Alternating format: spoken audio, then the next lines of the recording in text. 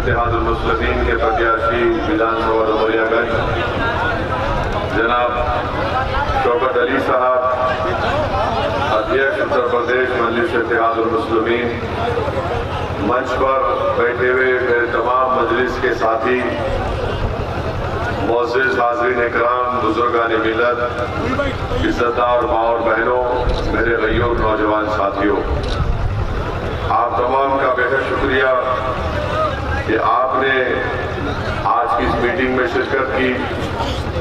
इस विधानसभा में मजलिस इत्तेहादुल मुस्लिमीन के प्रत्याशी की 3 तारीख से पहले ये आखिरी मीटिंग है और आज प्रचार करने का वक्त 5 बजे खत्म हो जाएगा। मैं आपसे ये इल्तिजा और गुजारिश करने आया हूँ कि आप अपना एक वोट मतदान के दिन जनाब इरफान साहब के हक में इस्तेमाल करिए, पतंग के निशान पर बटन दबाइए। और मेरी ये खुशकिस्मती है कि एक तारीखी बियारा गांव को मुझे आने का मौका मिला।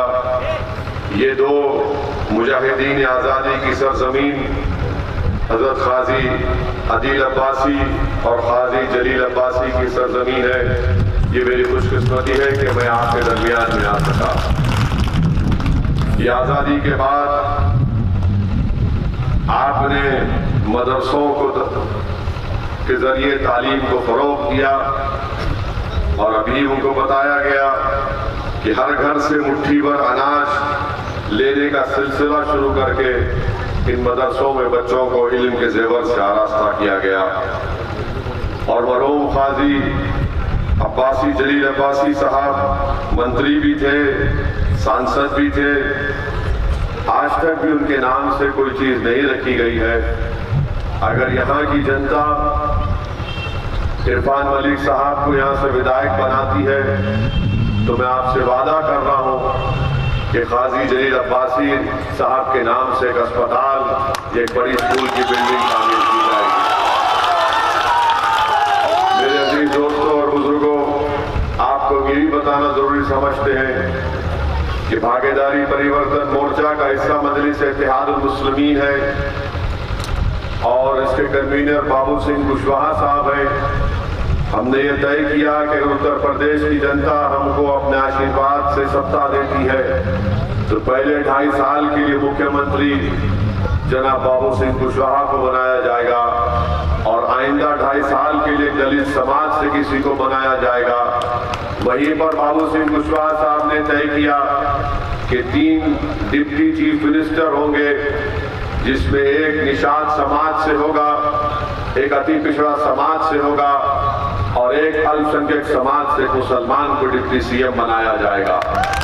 तो मेरी आपसे गुजारिश है कि सामाजिक न्याय की लड़ाई में आप अपना हक अदा करिए, हिस्सा अदा करिए।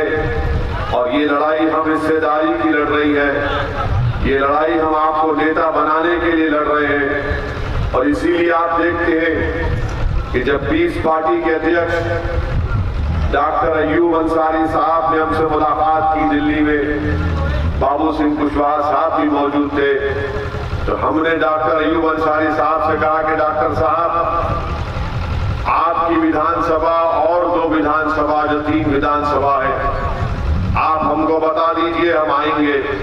तो हमने डॉक्टर अय्यूब अंसारी साहब की विधानसभा में हमने खुद जाकर 2 जनसभाएं उनकी तायीद में की।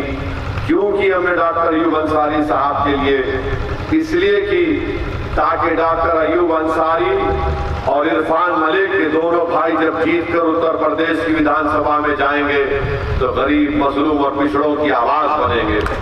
और हम उम्मीद करते हैं कि आप इस बात का भी ख्याल रखेंगे, क्योंकि हम अगर मुत्तहदा तौर पर मतदान करेंगे तो कामयाबी हमारे कदम को चूमेगी। अगर हम थोड़ा सा भी इंतशार का शिकार हो जाएंगे तो कहीं खुदा ना खास्ता नाकामी हमको ना मिल जाए। इसीलिए हम आपसे, हमारे दिल की गहराइयों से आपसे अपील कर रहे हैं कि आप 3 तारीख के दिन एक होकर मुत्तहदा तौर पर अपने वोट का इस्तेमाल करिए।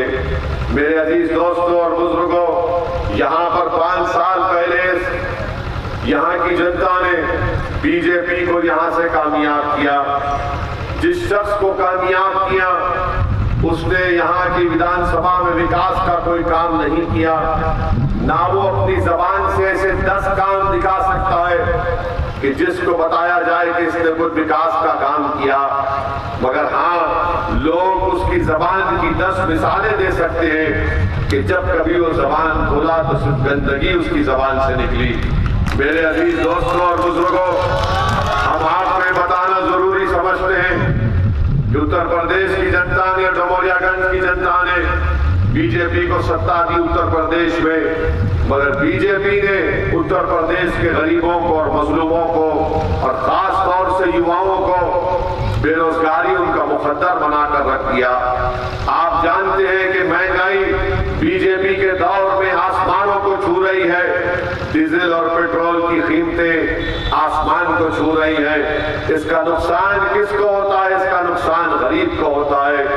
गैस का सिलेंडर 1400 रुपये में, और उसके बाद बीजेपी कहती है कि हम गरीबों को 600 रुपए का राशन देते हैं। मेरे अजीज दोस्तों और बुजुर्गों, 600 रुपए का राशन तो देते हैं, मगर वही महिला से कहते हैं कि माता जी, मोदी जी को 1400 रुपये वापिस करिए और गैस का सिलेंडर खरीद लीजिए। मेरे अजीज दोस्तों, मैं आपको ये भी बताना चाह रहा हूं कि आप देखते हैं कि अब देश के प्रधानमंत्री इतना अहंकार में डूब चुके हैं कि कह रहे हैं कि उत्तर प्रदेश की जनता ये कह रही है कि उन्होंने मोदी का नमक खाया इसलिए उनका साथ देंगे। हम देश के प्रधानमंत्री से पूछना चाह रहे हैं, क्या आप चौकीदार हैं या दिल्ली के बादशाह हैं?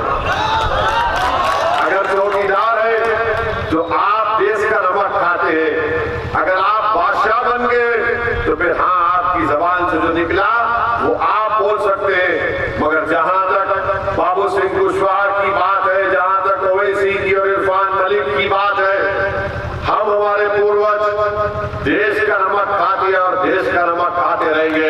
हम किसी मोदी का कभी नमक नहीं खाएंगे। हम जहर खाना पसंद कर लेंगे पर मोदी का नमक नहीं चखेंगे इंशाअल्लाह। ये देश के प्रधानमंत्री अब अपने आप को दिल्ली का बादशाह समझ रहे हैं। हम मोदी को बताना चाह रहे हैं कि बादशाहत खत्म हो चुकी है। ये लोकतंत्र है जिसमें अम्बेडकर का बनाया हुआ संविधान है। अगर मोदी अपने आप को बादशाह समझ रहे हैं तो फिर यकीन जानिए वक्त आएगा जब दिल्ली में इतनी वीरान इमारतें हैं जो बताती है कि तारीख में किसी बादशाह का महल हुआ करता था। मोदी जी तैयार हो जाइए, इंशाअल्लाह आपकी इमारत भी वीरान होगी। मेरे अजीज दोस्तों और बुजुर्गों, वहीं पर उत्तर प्रदेश के मुख्यमंत्री क्या कहते हैं? उत्तर प्रदेश के मुख्यमंत्री कहते हैं कि मैं गर्मी निकाल दूंगा। डुमरियागंज में बिजली नहीं आती है, गर्मी निकालने की बात करते हैं। डुमरियागंज में सेल फोन चार्ज नहीं होता, ये गर्मी निकालने की बात करते हैं। अरे मुख्यमंत्री, तुम सेल फोन को चार्ज करने के लिए बिजली क्यों नहीं देते? मगर बोलेंगे मैं बिजली निकाल दूंगा। आप अगर 5 साल में योगी आदित्यनाथ के भाषण को निकालेंगे तो उसमें एक चीज आपको बड़ी नजर आएगी, वो अपनी हर जबान जो खोल देना, मोहर्रम, मीलाद का जुलूस, कब्रस्तान, शमशान, ट्रिपल तलाक, पाकिस्तान, बस इससे आगे उनका दिमाग चलता ही नहीं है। बस यही बात करते 80-20, 20-80, मई जून में बर्फ डालूंगा। अरे क्या आप मुख्यमंत्री है, मौसम के वैज्ञानिक है कि मई जून में कोई बर्फ डाल सकता है? आप बिजली नहीं लाए, गांव में बिजली नहीं दिए, और आप कोविड की दूसरी महामारी में पूरे भारत में, टाइम्स ऑफ इंडिया अखबार लिखता है कि पूरे भारत में 19 लाख बच्चे अपने माँ बाप को खोए, और ये जो बच्चे यतीम हुए इसका जिम्मेदार मोदी सरकार है। अगर नरेंद्र मोदी की सरकार 2020 अक्टूबर-नवंबर में वैक्सीन का ऑर्डर दे देती, जैसा कि अमेरिका और बर्तानिया ने, जापान ने किया था, तो 2021 में 19 लाख बच्चे अपने माता पिता से महरूम नहीं होते। आप सोचिए थोड़ी देर के लिए। और वो जो बच्चे महरूम हुए उत्तर प्रदेश में भी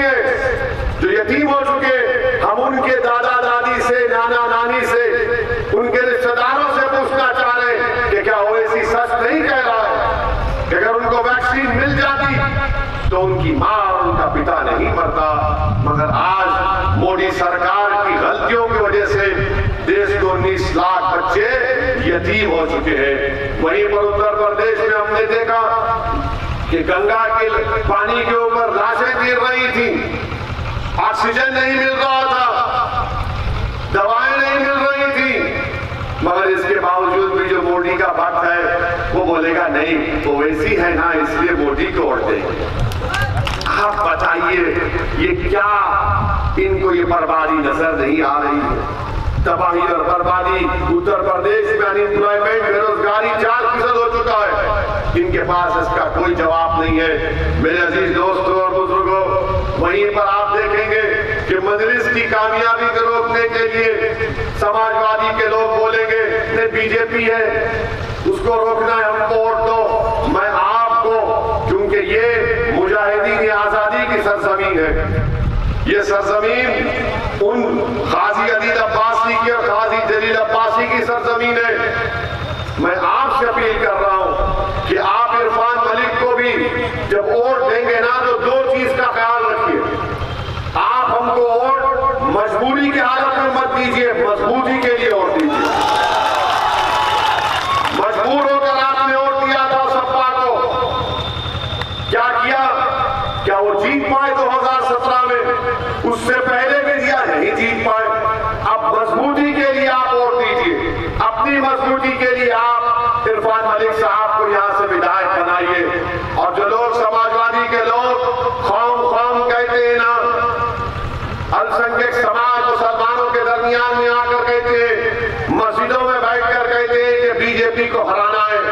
अरे क्या तुमने कभी ये सवाल का जवाब दिया कि आज उत्तर प्रदेश में हम आपको जानकारी दे रहे हैं, आंकड़े बता रहे हैं, आंकड़े ये बता रहे हैं कि जो लोग आज आपसे आकर कह रहे हैं कि कौम के नाम पर वोट दो, आपको मालूम कि उत्तर प्रदेश में अगर 10 मुसलमान बच्चे हैं उसमें से 7 पढ़ना लिखना नहीं जानते, हिसाब किताब करना नहीं जानते। अगर 10 है तो 7 हाई स्कूल मुकम्मल नहीं करते, 4% ग्रेजुएट है सबसे कम, बच्चा मजदूरी 4 और 15 साल की उम्र में सबसे ज्यादा मुसलमान। 2 एकड़ जमीन कितने मुसलमानों के पास है? 2% उत्तर प्रदेश के मुसलमान के पास 2 एकड़ जमीन नहीं है।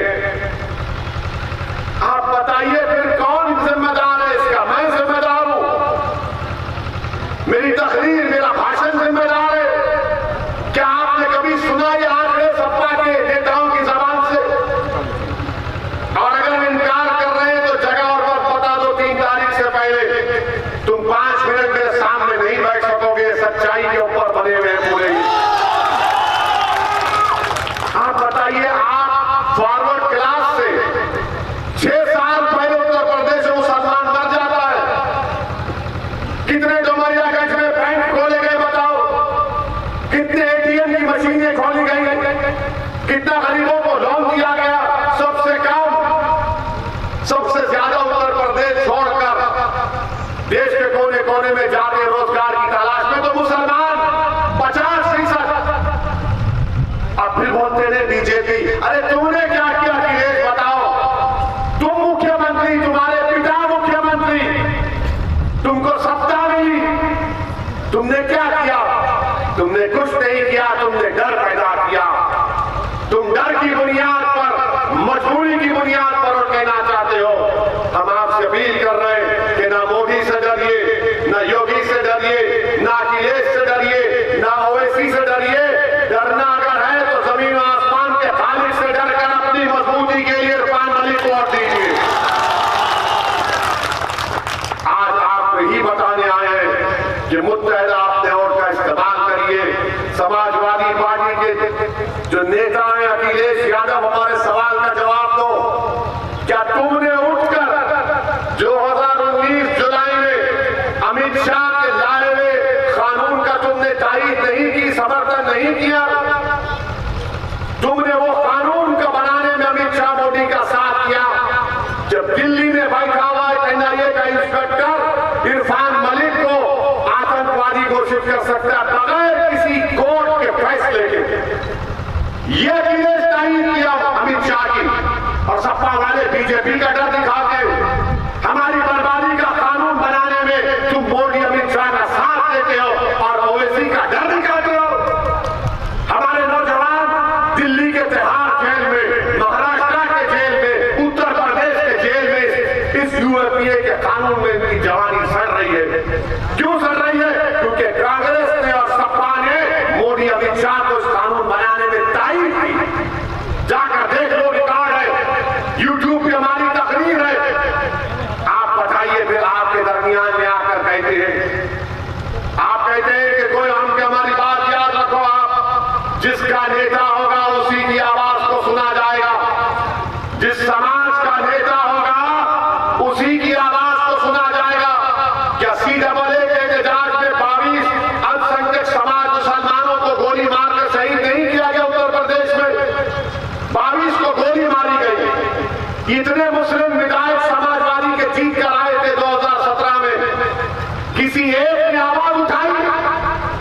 उत्तर प्रदेश के विधानसभा में लड़ा जाकर कि इन बच्चों को गलत गोली मार दी गई, स्कूल खोलो मुसलमानों के लिए, नहीं बोल सके। क्यों नहीं बोल सके? क्योंकि उनका नेता अखिलेश है, उनकी जबानें नहीं खुलती आपके इंसाफ के लिए। और जब हम हमारे पार्लियामेंट में हम 2 मेंबर हैं, मैं और इम्तियाज जलील, जब हम लोग खड़े होकर 5 मिनट की तकरीर करते हैं और जब हम भाषण में संविधान का आंकड़ों का हवाला देकर बीजेपी को बताते हैं कि तुमने जुल्म किया, तो बीजेपी के 300 सांसद खड़े होकर हमको सलाम करते हैं। ये मिजाज आपको पैदा करना पड़ेगा। और आप समझ रहे हैं कि सपा ने क्या करेगी? सपा, ये अखिलेश और योगी, राम और श्याम की जोड़ी है। ये किसी मेले में बिछड़ गए थे, दोनों एक दूसरे के भाई हैं। आप अखिलेश को भाई मानेंगे या इरफान को अपना भाई मानेंगे? अब आप पर फैसला छोड़ते हैं। कौन है आपका भाई? आपका भाई अखिलेश है या इरफान है? बताओ। मेरा तुम्हारा कोई खून का रिश्ता नहीं है, मगर वो रिश्ता है जिसको रब्बे करीम ने जोड़ दिया है। किसको भाई मानोगे आप? मजबूरी में वोट मत दो, मजबूती के लिए वोट दो। यही हम आपसे कह रहे हैं, मजबूती के लिए वोट दो।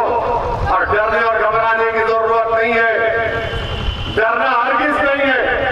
डर डर कर घुट घुट कर जिंदगी नहीं गुजार सकते आप। आपको हिम्मत से अपने फैसले लेना पड़ेगा। बातिल ताकतों का तूफान चल रहा है, मगर क्या हम अल्लाह की जात पर तवक्कल करना छोड़ देंगे? क्या हम अपने घरों दीवार को बंद करके बैठ जाएंगे? मेरे भाई, अगर तूफान चलेगा तो तूफान के दरमियान में खड़े होकर तूफान से कहना पड़ेगा अपना रुख बदल ले, वरना याद रख मुझे पीठ नहीं दिखाने वाले। ये मिजाज आपको पैदा करना पड़ेगा अपने दरमियान में। ये हमारे जाने के बाद जरूर इब्लीस की औलाद यहां पर आएगी, आकर बोलेगी भाजपा भाजपा भाजपा।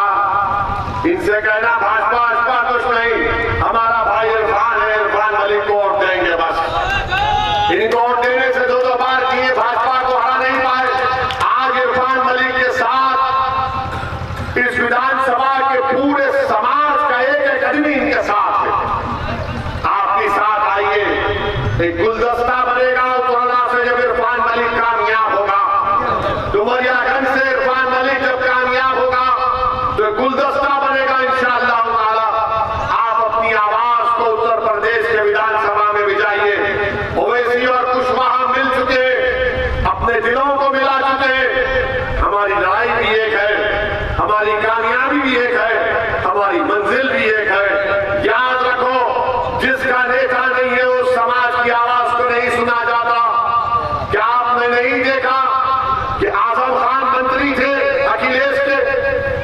अखिलेश के आजम खान मंत्री थे ना? आजम खान जेल में क्यों है? क्योंकि उनके मंत्रालय में उन्हें किसी को नौकरी दे दी थी। मुख्यमंत्री क्या राजा हरिश्चंद्र का जानशीन है? दूध का धुला हुआ है। अरे मरे भी खाए, दही भी खाए, दूध भी पिए, भैंस को भी लेके घर को चले गए, मगर मुख्यमंत्री को पूछ आंच नहीं आती।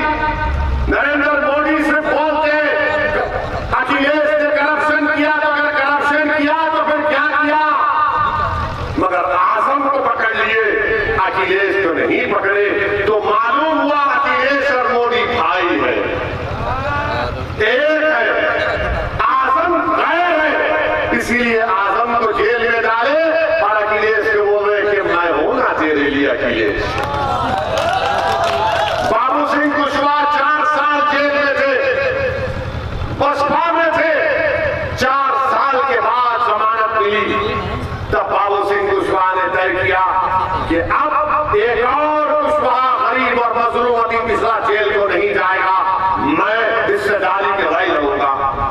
महाराष्ट्र में नवाब मलिक है, राष्ट्रवादी कांग्रेस के मंत्री हैं, 50 करोड़ का झूठा इल्जाम। नरेंद्र मोदी ने राष्ट्रवादी कांग्रेस के deputy chief minister Ajit Pawar के बारे में अपने भाषण में कई मरतबा बोला कि 3000 करोड़ का तुमने स्कैंडल किया, मगर जेल तो कौन जाता है? नवाब मलिक जाता है, अजीत पवार नहीं जाता, क्योंकि मोदी और अजीत पवार भाई है, नवाब मलिक इनका दुश्मन है। क्या क्यों आपका नेता नहीं है, कोई आवाज नहीं उठा रहा है? इसलिए हम आपको तल हकीकत बता रहे हैं कि जो अति पिछड़ा है, जो कमजोर है, जो अल्पसंख्यक समाज है, अपने नेता को बनाओ। और नेता आसमान से नहीं आएगा, जमीन से निकल कर नहीं आएगा। 3 तारीख को आप इरफान मलिक को वोट देंगे, पतंग के निशान पर बटन दबाएंगे तो पूरे विधानसभा की जनता एक बेहतरीन नेता को बनाएगी, जो आपके लिए लड़ेगा, आपकी खिदमत करेगा, आपकी आवाज उत्तर प्रदेश की विधानसभा में उठाएगा, जरूरत पड़ी तो अपने आप को आपके लिए कुर्बान भी कर देगा इंशाअल्लाह। और आपसे कह रहे डरने की जरूरत नहीं है। और जब डराने के लिए लोग आएंगे तो याद रखिए, उस कर्नाटक की बच्ची ने जो हिजाब पहनी हुई थी, जिसको बलवाइयों ने घेर लिया था, जिसने बीबीसी के इंटरव्यू में कहा कि जब मैं डरती हूं तो नारा लगाती हूं। क्या नारा है वो? क्या नारा है वो? आवाज दम से निकालो। ये मुजाहिदीन आजादी की सरजमीन है, प्यारे झूम कर बोलो, मस्त होकर बोलो, टनाटन होकर बोलो। अब डरेगा शैतान, अब बोलेगा नहीं, यहां पर तो ये जिक्र चल रहा है।